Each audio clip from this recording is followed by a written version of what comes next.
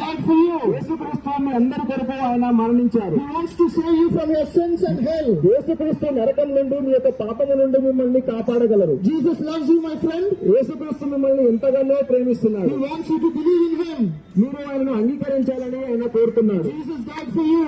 యేసుక్రీస్తు ప్రభువు మీ యొక్క పాపముల కొరకు ఆయన మరణించారు. Jesus rose back on the third ఆయన day. మరణించిన తర్వాత 3వ రోజు ఆయన మరలా తిరిగి లేచారు. He's coming back to judge the whole world. ఆయన మరలా ప్రపంచానికి తీర్పునిచ్చడానికి రానున్నాడు. Nothing can save you.